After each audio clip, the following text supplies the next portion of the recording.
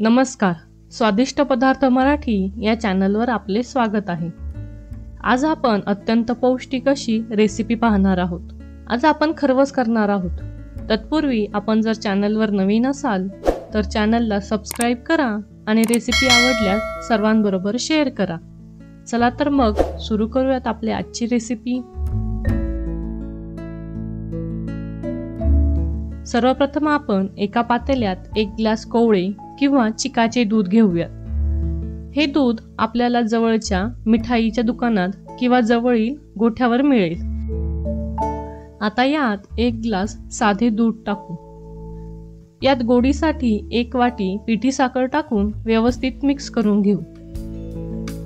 येथे कोवळे दूध जेवढे घेतले आहे तेवढे साधे दूध घ्यावे। आता हे मिश्रण शिजवण्यासाठी एका कुकरच्या भांड्यात घेऊ।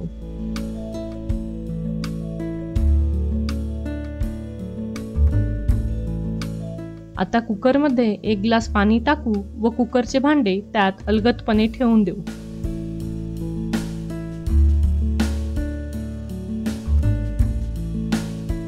आता खरवसाला छान वास व चव यावी यासाठी 1 चमचा वेलची पूड टाकू। कुकरचे झाकण लावून 4 ते 5 शिट्ट्या घेऊ। कुकर थंड झाल्यावर आपण डबा बाहेर काढून घेतला आहे। याच्या कलथ्याच्या साहाय्याने वड्या पाडून घेऊ।